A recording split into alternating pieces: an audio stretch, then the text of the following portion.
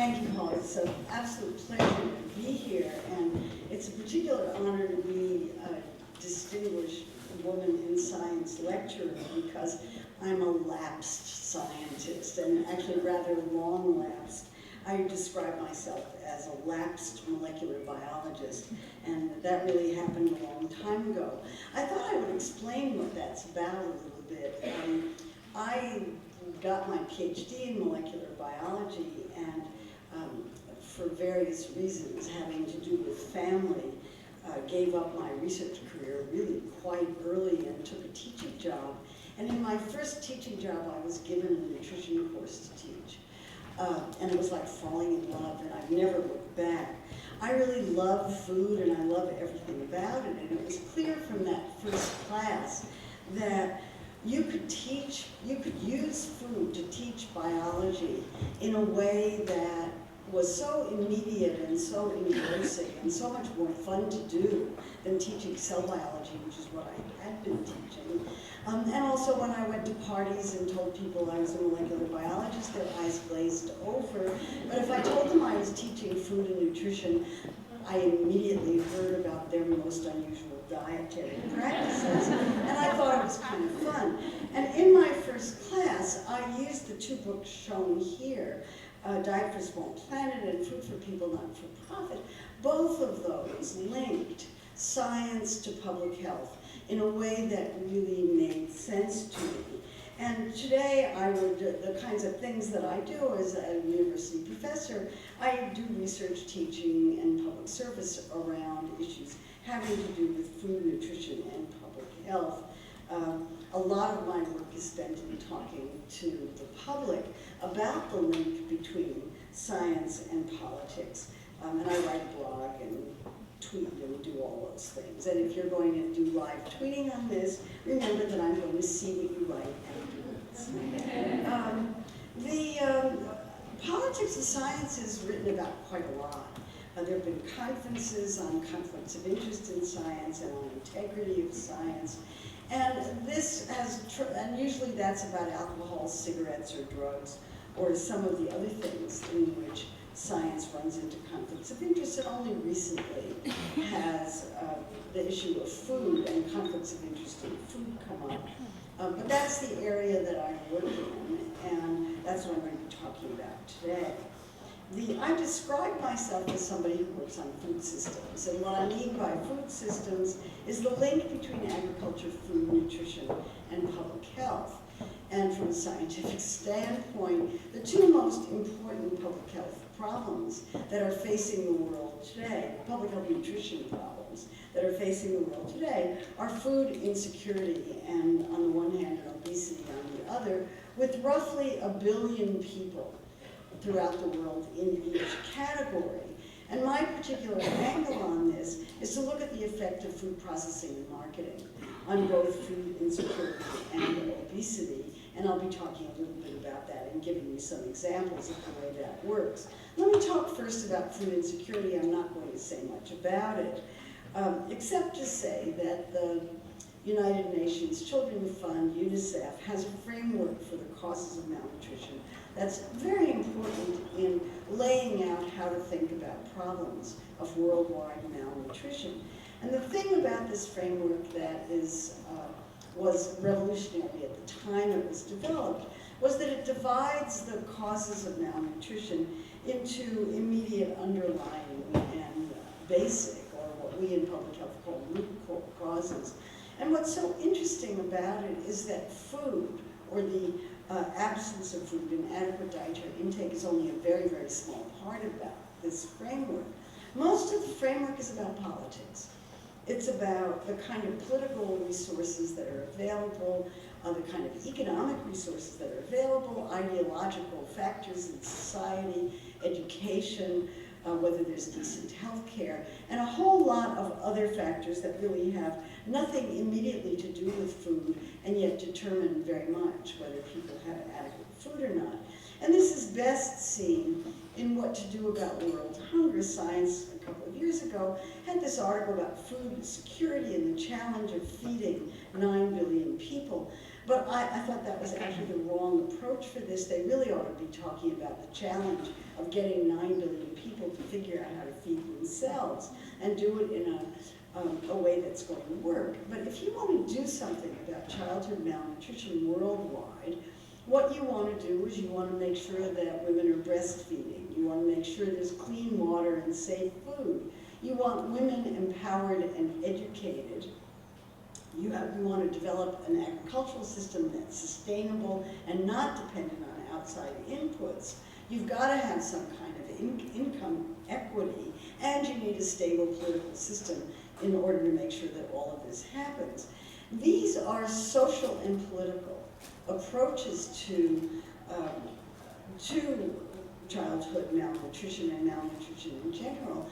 They don't require technical solutions. They require social and political solutions. And for many people who are in the field, this seems very complicated. And I will come back to this later on when I talk about some of the technical solutions that are being used in place of the kind of social and political solutions that are needed. If you are going to have adequate food, one of the things you need to do is to have prices that you can afford. And I thought I would show this cartoon of the current rise in the spike in food prices that has occurred recently. That's what that big fat line is that goes up there. And this diagram shows that the major factors that have affected the price of food throughout the world are, yes, the demand for food in the burgeoning populations of populations in India and China, where the economies are improving, but other things that seem to have nothing whatsoever to do with food, like the use of corn to produce biofuels, the depreciation of the United States dollar, and speculation on food commodities as if they were widgets rather than something that people depended on for life, have really had more to do with the price of food than just about anything else that you can think of, or classic supply and demand that the economists always said was responsible for the price of food. And I've just read a very, very long and detailed analysis that links the higher food prices very, very closely to commodity speculation in biofuels, which you would never think ordinarily had anything to do with it. So that's really all I'm going to say about malnutrition for the moment until we talk about what to do about it later on. And so I want to switch now to the nutrition transition, which is the transition from populations that don't have enough to eat to populations that have too much to eat and are gaining weight. And this phenomenon is so common in developing countries now that it's been given its own name, the nutrition transition. And in many third world populations, the number of people who are underweight and overweight and developing chronic diseases is roughly equivalent, putting enormous burdens on the healthcare systems of those countries. Now, for somebody interested in obesity, this is a thrilling time to be living in the United States, because we have something that I never thought I would see in my lifetime, which is a First Lady of the United States who's interested in the same kinds of things that I am. And you know, not going about it too badly either.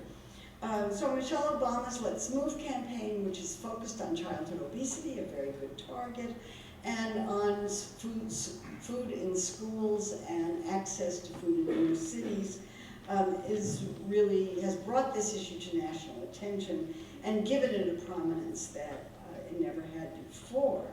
Now, if you're going to do something about obesity, what you have to do is establish a better weight balance. So here's the very complicated science of weight balance. It's a very, very simple equation.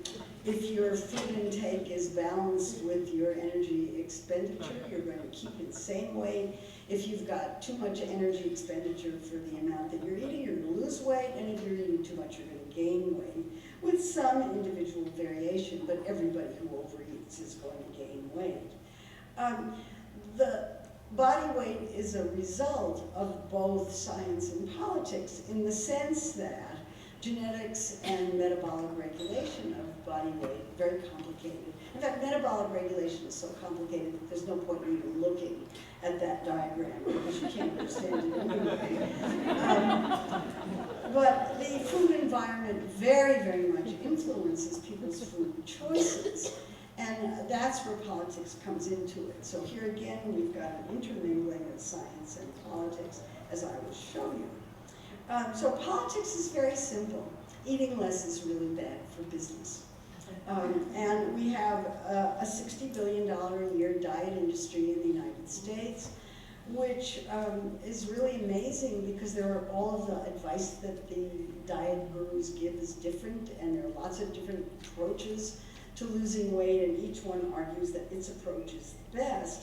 And it's no wonder that the public is confused about what to eat. In fact, the public is so confused about what to eat that I wrote a whole book in attempting to answer the question of what a reasonable diet is. It's not a diet book, it's a book about food issues, but people tell me that they've read it and said, I didn't know you weren't supposed to buy food products. I've lost weight.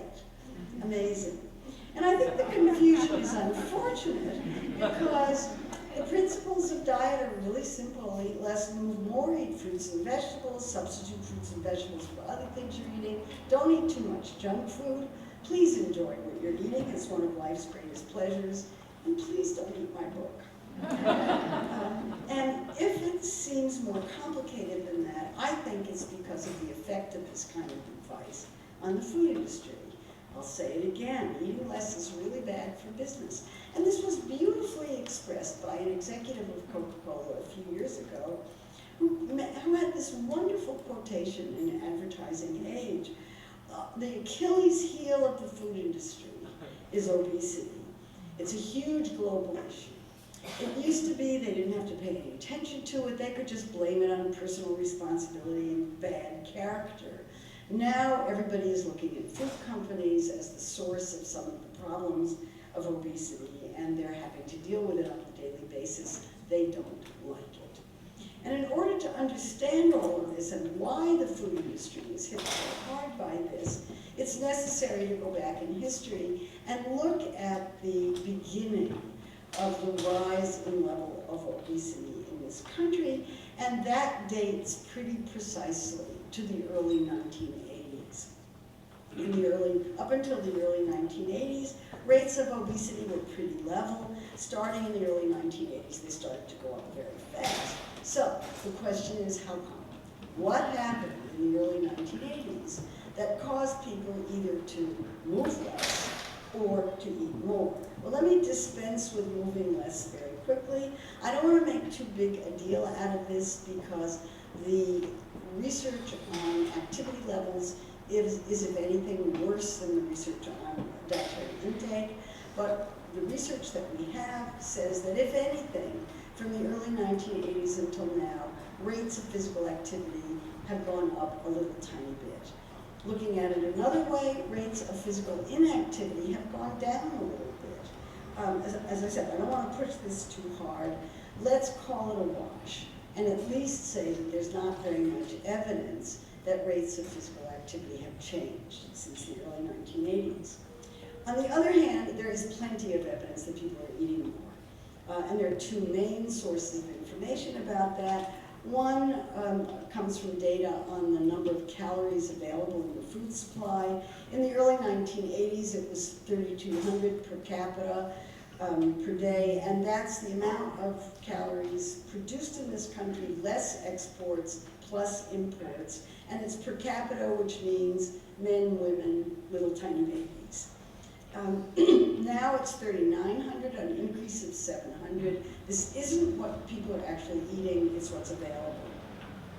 If you ask people what they're actually eating, they lie. And what they say is that in the early 1980s, they ate an average of 1,900 calories a day, and now it's 2,100, an increase of 200 calories. The truth is someplace in between. We don't know what it is. But there's no question that people are eating more, and here the question is, how come? And I think and this is another way of looking at the 3,900 calorie a day figure. The pink bar across the middle is the number of calories available in the food supply. Starting in the early 1900s, the arrow points to the early 1980s when it started to go up quite precipitously.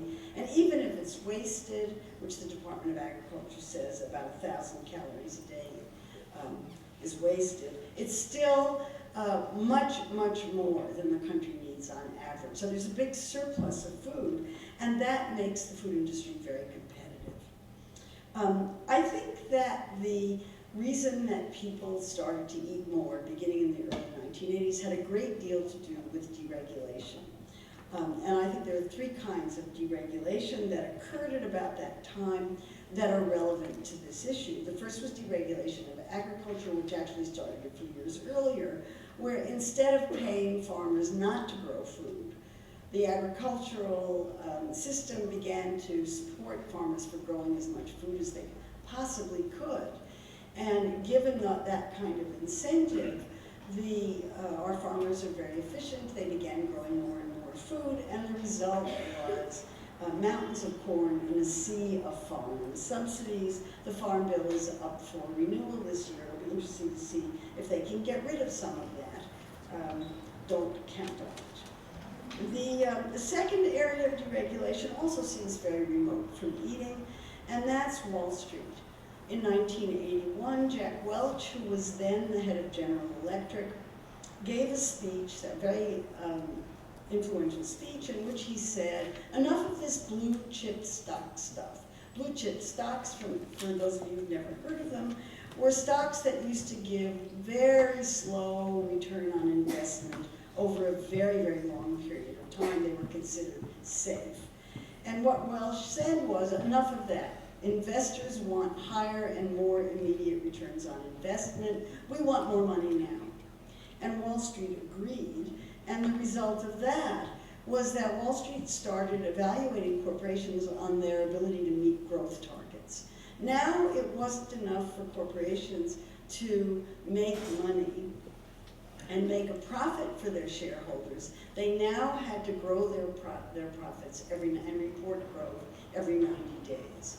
And for food companies who were already trying to sell food in an environment in which there was twice as much food available as anybody needed, now they not only had to sell food in that environment, but they had to sell more of it because they had to grow. And I think that put enormous pressure on food companies in particular to try to find ways to find new markets. And that's where the third kind of deregulation came in when President Reagan came in 1980, one of the first things that happened around that time was the deregulation of marketing to children on television, so that the amount of time that television commercials could show became larger, and there were some other things that also made it easier.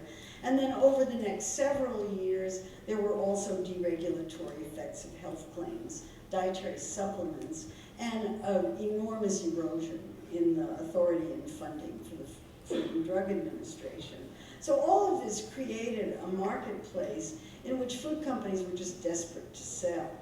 And in order to do that, they changed society in ways that were really not obvious unless you were paying attention, and nobody was, because it happened gradually. So the first thing that happened was that people started eating out more. And these curves show on top the increase in the amount of money spent on food outside the home from 1980 to almost the present. That was possible because of supply and demand. There was so much food, it was cheap. People could eat out more, and a lot of that was accounted for by fast food. Fast food and food outside the home has more calories than food prepared at home. And that was one contributing factor. Another had to do with the introduction of large-sized portions. This complicated slide has 3 levels. The top level is what you've already seen, the rise in calories in the food supply from 3,200 to 3,900. The second curve is the rise in obesity from the early 1980s to the present. And the bottom panel is the introduction of large-sized portions, which my doctoral student, Lisa Young, did her doctoral dissertation on. And here's Lisa at a talk on her dissertation, and what she did was to go out and measure the introduction of large portions into the food supply. The white cup on the left is an 8-ounce Department of Agriculture serving size for soft drink. If it doesn't have too much ice in it, it holds 100 calories worth of drink. The double gulp and the other cups on the right of that, the double gulp, the big one, she bought those cups at the Angelica Theater downtown, and if the double gulp doesn't have too much ice in it, it holds 64 ounces and 800 calories. And you're buzzing about 800 calories, that you should be able to multiply 8 times 100. And if you can't, it's because it's impossible to do that in any realistic way. And that has been shown beautifully by Brian Wansing, who's a professor at Cornell. And I'm showing here the results of his famous Super Bowl experiment, in which he invited his own students, who should have known better, to come to his house and watch the Super Bowl. And he divided them up and put half of them in one room with 2 quart bowls of popcorn, and the other in the other room with 4 quart bowls of snacks. And at the end of the Super Bowl, he counted up how much snack they had eaten. And he discovered easily that the ones with the 4 quart bowls had eaten almost twice as many calories as those with the 2 quart bowls. And when he asked them how many calories they ate, they underestimated the amount that they were eating by a much larger fraction. So large portions do 3 things. First of all, large portions have more calories. If I had one thing that I would ask you to take away from this, it's that. Second, they encourage people to eat more. And thirdly, they encourage people to underestimate the amount they're eating. So large portions alone can account for obesity. They're also very, very difficult to work off. And that's shown here. To compensate for 150 calorie soda, you need to walk for an hour at 2 miles an hour, or 20 minutes at 5 minutes an hour. And even if you're a marathon runner and you're running for 2.5 hours, you're still going to only use up about 3,000 calories, which is roughly equivalent to a pound of fat, and not even a pound of fat. So overeating is really easy, and it's hard to work off. So the other things that the food industry did to make it easier for people to eat more was to put food in places where nobody ever dreamed food could be before or after. And I like to ask the question, when did it become okay to eat in bookstores? I can still remember whether it wasn't. This is a picture of Borders. May it rest in peace. The coffee shop is still there, but Borders is not. I go around with my cell phone and I take pictures of food. And in drug food, Duane Reade has now become a grocery store. And you can buy food at Bed Bath & Beyond and Staples. Staples is introducing more and more and more food in it. If food is available, you will buy it. And the whole reason why people like me are so upset about vending machines in schools is that the research shows that the more vending machines there are, the more products kids buy out of them. All of these are ways to encourage people to eat more.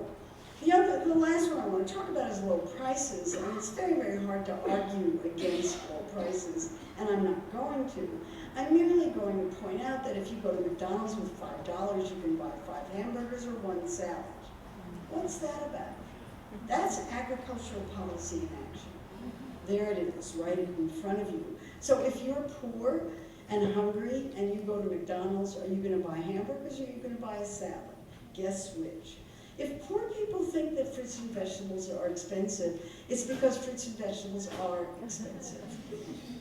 The Department of Commerce tracks the index price of various food commodities over time, and this one starts in that key year of 1980 again, and shows that since 1980, the index price of fruits and vegetables has gone up by 40%, roughly, whereas the index price of beer, butter, and sodas has gone down by 15 to 30%. So that, again, is agricultural policy in action. We can talk about how that works later on. So all in all, what this looks like is that with one policy and another, we live in an environment that encourages us to eat more than we need or want. And these are the kinds of things that a lawyer named Michelle Simon wrote about in her quite excellent book called Appetite for Profit, How the Food Industry Undermines Our Health and How to Fight Back. And actually she had in there a section that kind of makes you sympathetic to what food companies have to go through.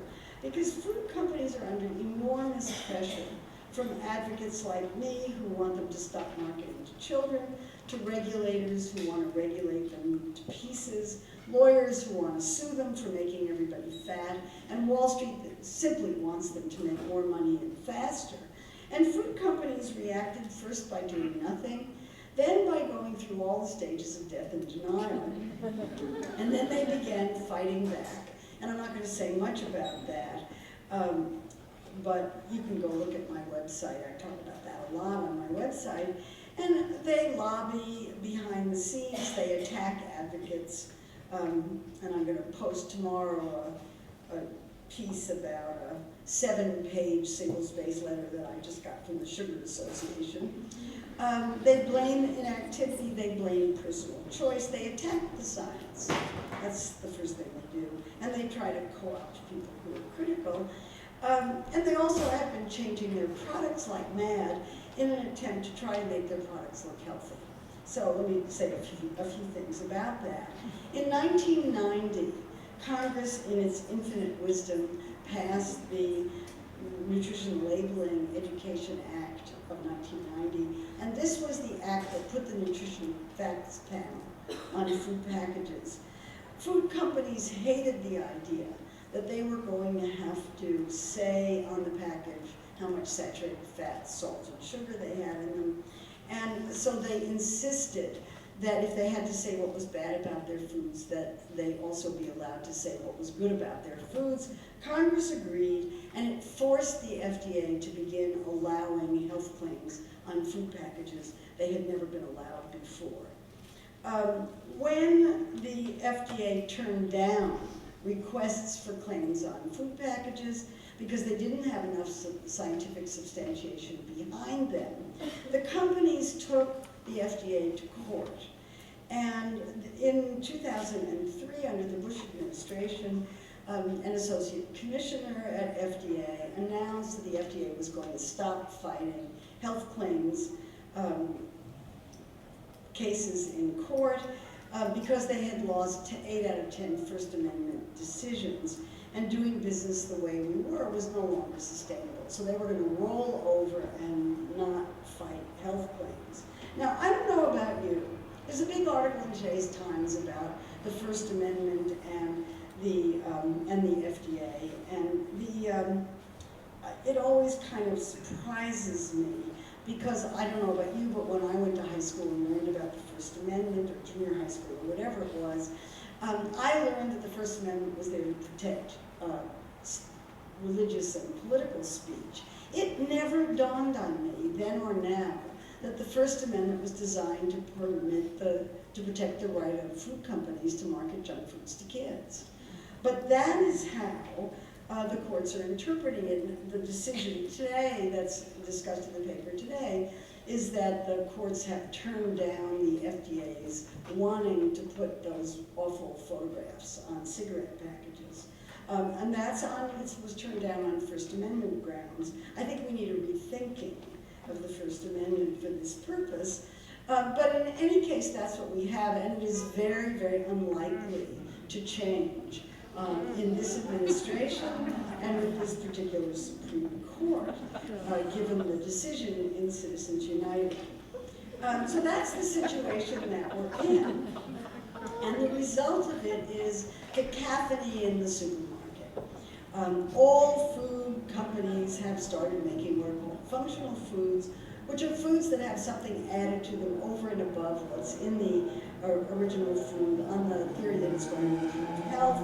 And the most common ones are vitamins and minerals, excuse me, antioxidants, things that lower cholesterol, omega-3s, probiotics, and herbal supplements.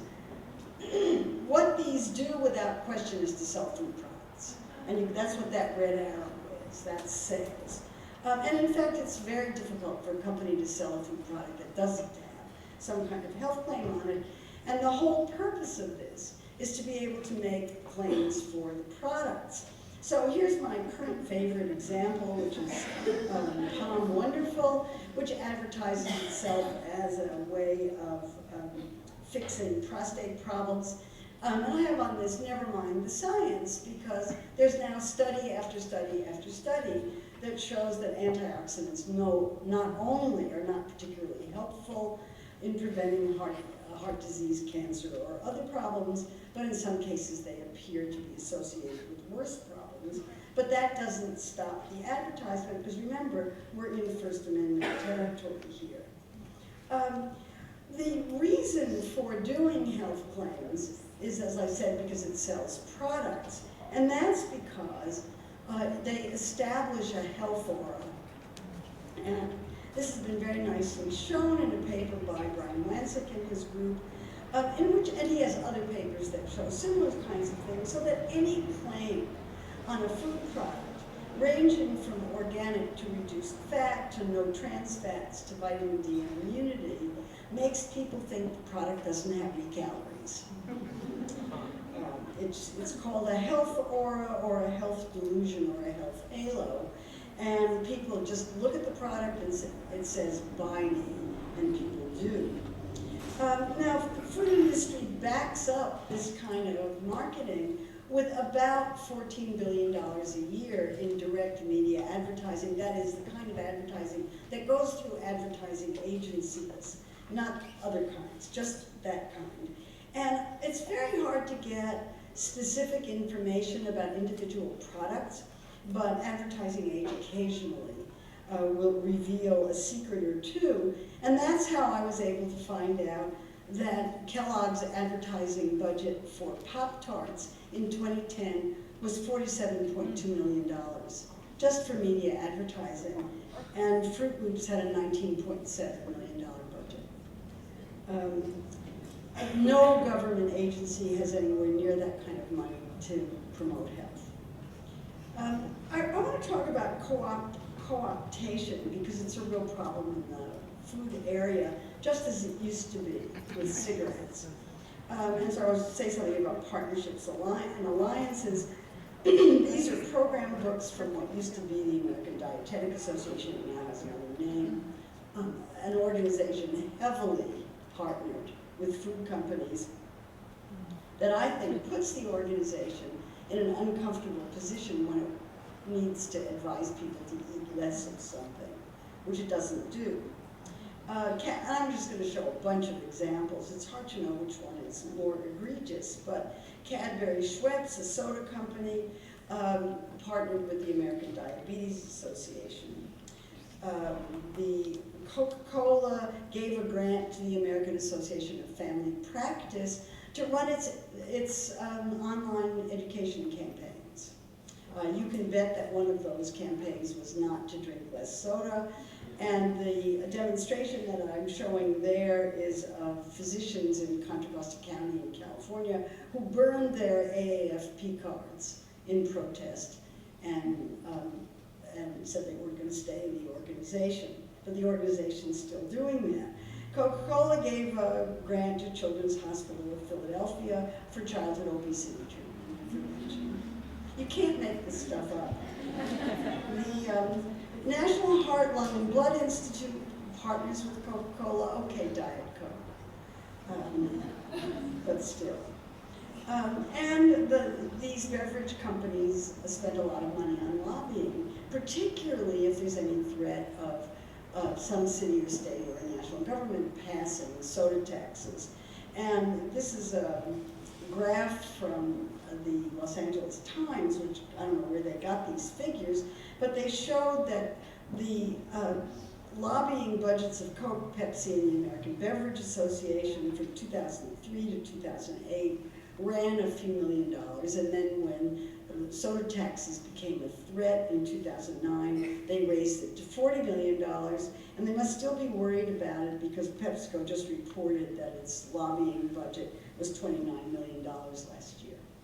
Again, no health agency can compete with that kind of money. PepsiCo is an interesting company. It's just announced that it's going to increase its advertising spending for PepsiCo, its core products, by $500 or $600 million a year, at the same time that it's reducing its workforce by 8,700.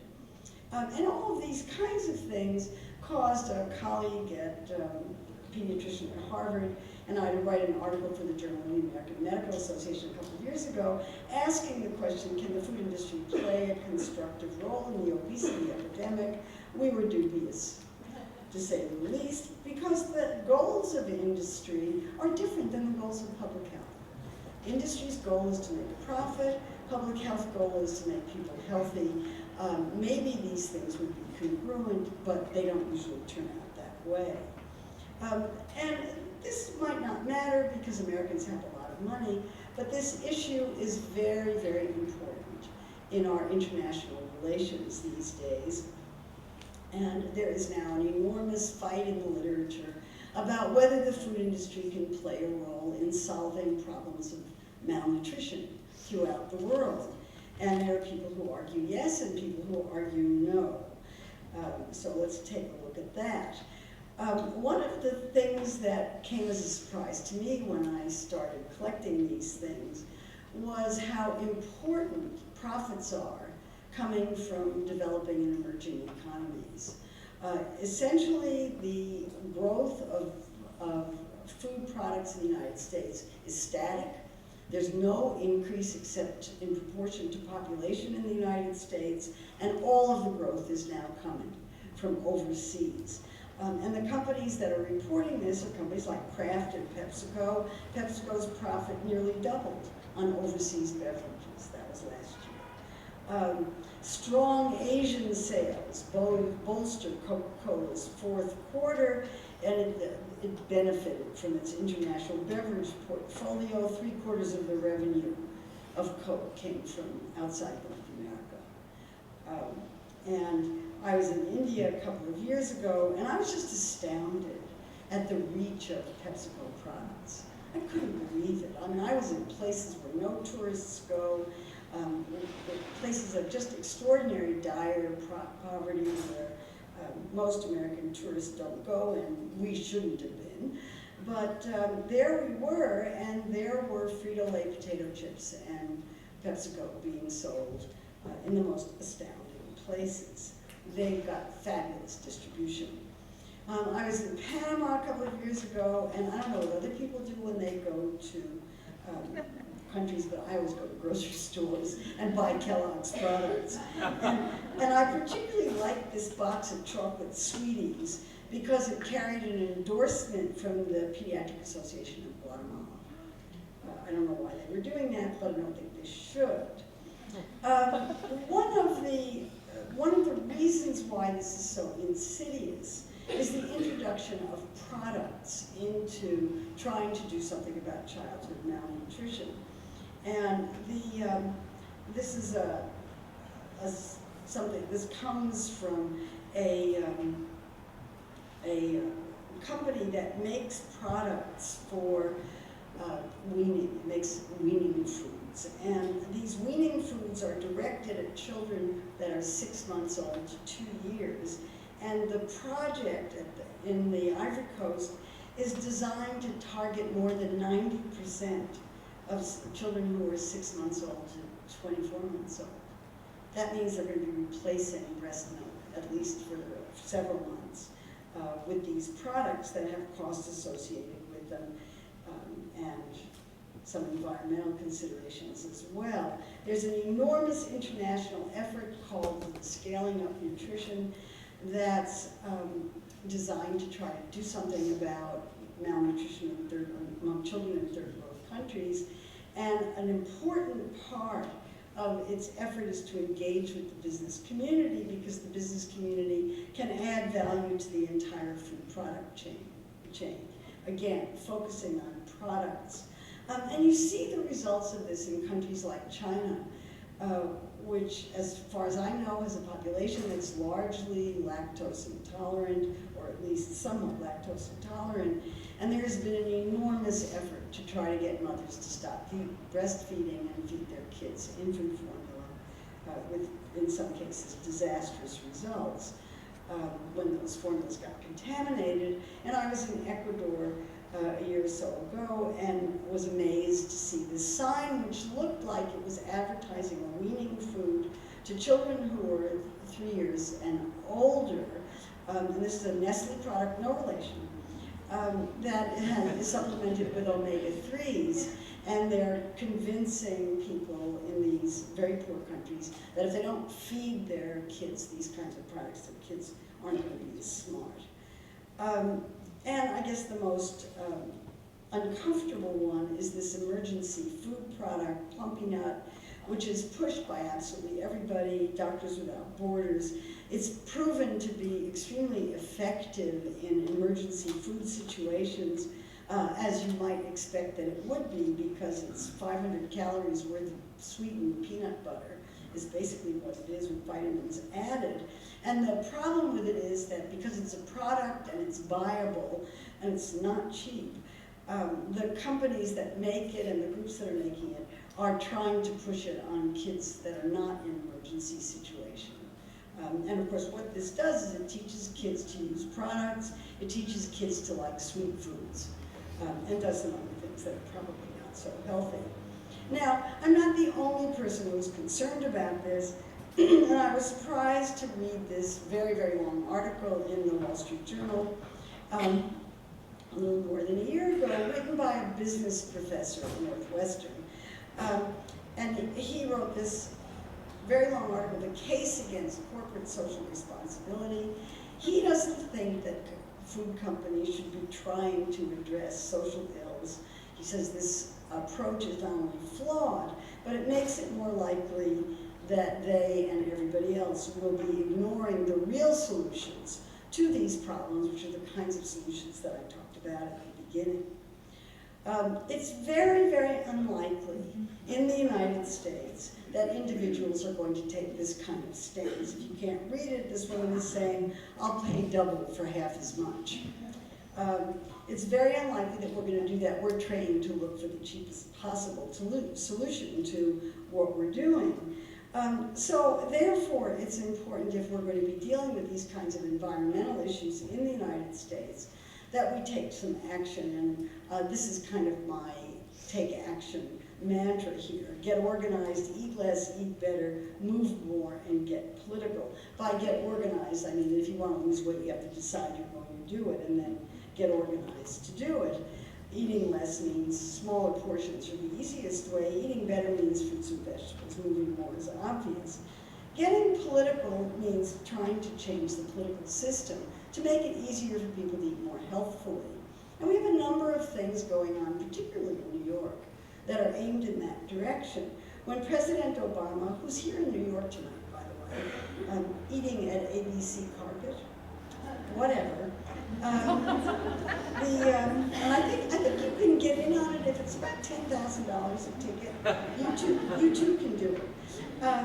When he signed the Healthcare Reform Act in 2010, it had hidden in it a codicil that required menu labeling, calories on menu labels, just like in New York, everywhere in the country, and the FDA is currently working on the rules for those.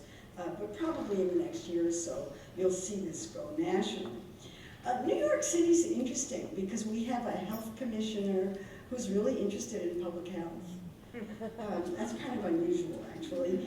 And he has, and we have an extremely wealthy mayor who backs him up to the hill. And that's why you see these subway campaigns that are showing how much you have to walk in order to burn off sodas. There's a big anti-soda campaign coming from the health department trying to show that if you eat a lot of sugar, that sugar's going to turn into fat. And I was kind of amazed at Citi Field to see the guys at Citi Field wearing calorie buttons on their uniforms, and I talked somebody out of one. It was a real prize. The latest Department of Health campaign is this one in Spanish and English, which you see on the subways. Kind of controversial because the people who are posed in them are actors, not real people. But the current campaign is focused on portion size, trying to get people to understand that larger portions have more calories, which, as I already explained, is not intuitively obvious. And if you really want to be serious about politics, you've got to do something about the Farm Bill, and this is the year to do it. Here, the Congress is holding hearings right now. Congresswoman in Maine named Shelley Pingree has introduced a bill to try to bring farm policy in line with health policy and actually create an agricultural system that supports public health instead of undermining it. And her bill is well worth supporting. And lots of people and lots of groups are working on trying to get Congress to at least put in some money for fruits and vegetables. And I have a great big long list of things I think that are useful to do if you're interested in getting political around these kinds of issues. We're in the middle of what I see as an enormous food movement now that is focused on trying to do something about food in schools and neighborhoods, safety net for the poor, stopping marketing to kids, doing something about food labels, and maybe even changing campaign laws to enable us to elect congressional representatives who represent us and not corporations. And I think we need to do something about Wall Street, and again, I'm not the only one who thinks so. On the agriculture side, there's really a lot that can be done in supporting farmers markets, food safety, and changing the way we support farmers. Any of these can have a really great benefit. And what's terrific about the food movement is a lot of these things are things that one person can do, which is kind of nice. So it really empowers you. That's really what Occupy Big Food is about. And Occupy Big Food, Occupy the Food System, whatever it's called, has joined with the Occupy movement to try to bring attention to the inequities in the food system and bring attention to these issues. And these are the kinds of things I talk about in my new book, which is in bookstores, even though the official publication date isn't until next month. So look for it. Thank you very much. We have time for questions, complaints, brickbats, whatever, in the back, since your hand was up first. Hi, Jack. I was wondering if you could just briefly talk about the effects that Monsanto has caused with the obesity problem and the political power that they hold within the government and the big agribiz. Oh, Monsanto, my favorite company. I once gave a talk there on why they should label their products. And I brought people in the audience to tears. They were so upset. It's a cult. It's kind of an interesting place. Monsanto's a very big corporation, and if you look at diagrams of the growth in production of genetically modified foods, roughly, on average, 90% of the corn, soybeans, cotton, and sugar beets in the United States are now genetically modified, with Monsanto holding a great number of those patents. That's monoculture, which is a problem, and it's also corporate control of the food supply, which I think threatens democratic institutions. Whether genetically modified foods are safe, or whether they're harmful, whether they cause allergies, et cetera, we can argue from now until doomsday. I think the major issue is corporate control of the food supply, and I think it's highly undemocratic.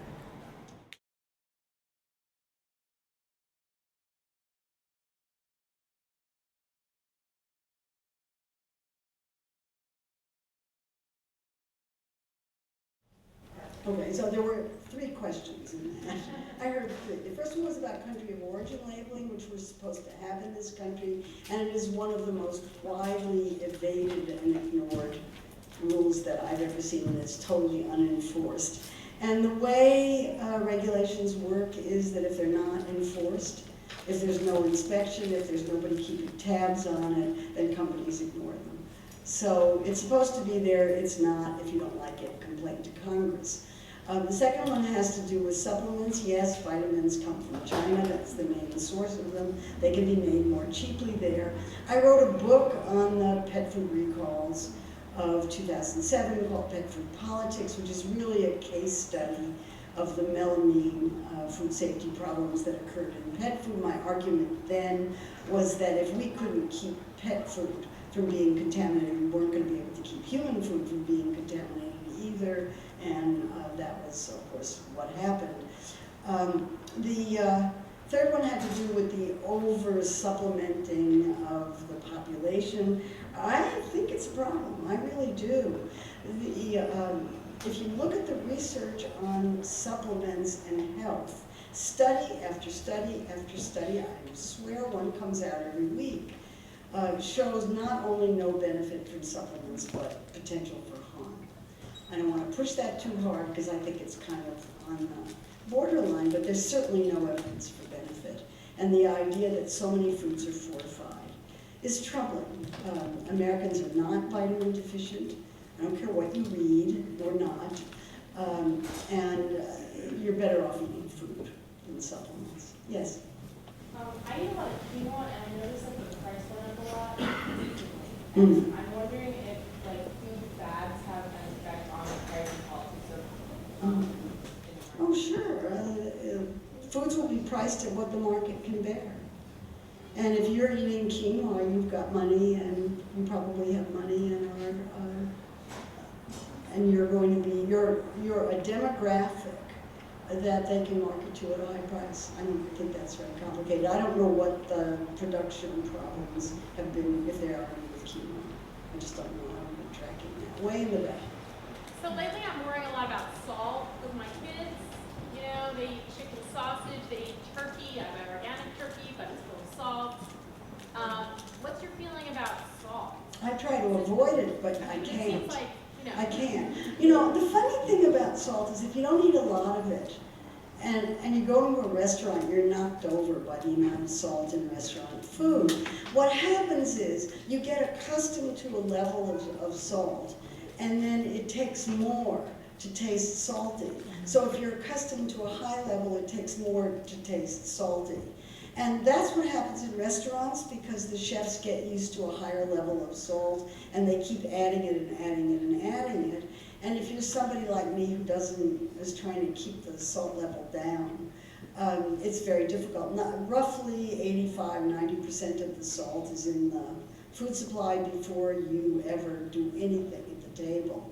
So it's in processed foods and it's in restaurant foods. And I'm finding restaurant foods to be more and more of a problem. I started talking with the chef about it. But they don't notice, they think their food tastes fine, and it does to them. It does to them, it just doesn't to me. So it's my problem, right? Yes, sir.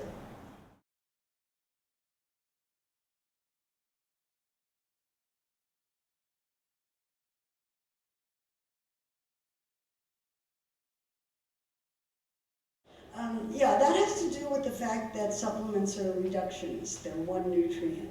If you look at a fruit or a vegetable, it's going to have a very, very large number of essential nutrients in it, maybe 40 or 50. Plus, it's going to have probably hundreds of chemicals that have effects that we don't know or can't identify very well. Some of them are going to be antioxidants. Some of them are going to have other effects. And the effects in the body seem to come about by the combination of whatever it is that's in the food. So if you take the individual nutrient out of it, you are reducing that benefit to the benefits of one nutrient, and it just doesn't work very well, not for lack of trying. So that, you look at something like, let's say you were going to oranges, or if you eat oranges, it's associated with good health. So oranges are famous for having vitamin C, even though lots of other foods have a lot more. So you're going to test vitamin C because you think that's probably the one that's going to have the most benefit. It doesn't work. So it may be that it's the combination. The word in the trade is synergy, that it's a synergy between nutrients and other factors in foods that seems to make the difference. And that's why it's good to eat your veggies.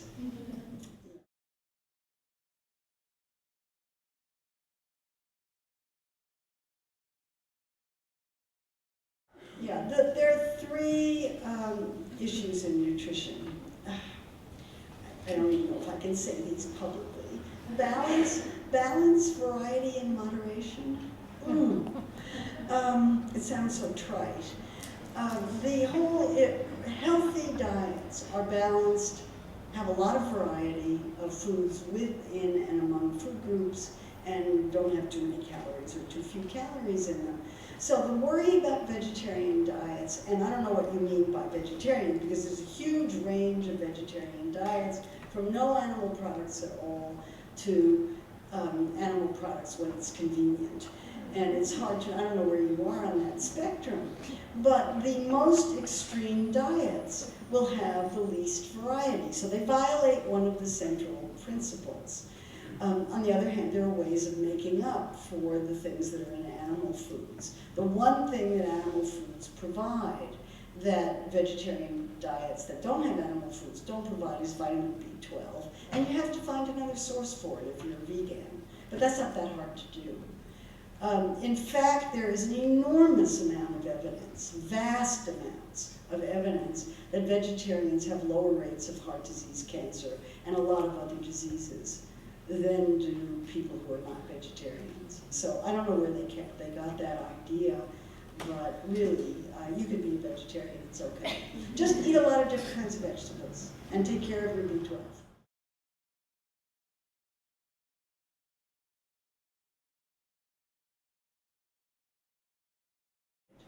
I don't have an easy way to describe what the situation is with osteoporosis, but I'm not aware that vegetarians have higher rates of osteoporosis than anybody else. You know, I'm sorry? China study? I don't. When you don't eat dairy, you have lower rates of osteoporosis. That's not what Colin Campbell says. You know, whether you agree with it or not, I don't think that's true. The countries with the highest rates of osteoporosis are countries that have the highest rates of consumption of dairy products. So that's one of the anomalies. The studies that deal with dairy products and osteoporosis are extremely mixed. Some show a benefit, some show not a benefit. The basic principle is still that you need a variety of foods for good health, and the greater the variety, the more your nutritional needs are taken care of, and the more groups of foods that you restrict, the less well your nutritional needs are taken care of, and the more careful you have to be. So, but you can, plenty of vegetarians who eat some animal products have no problem at all and shouldn't even be discussed. I mean, their diets are fine.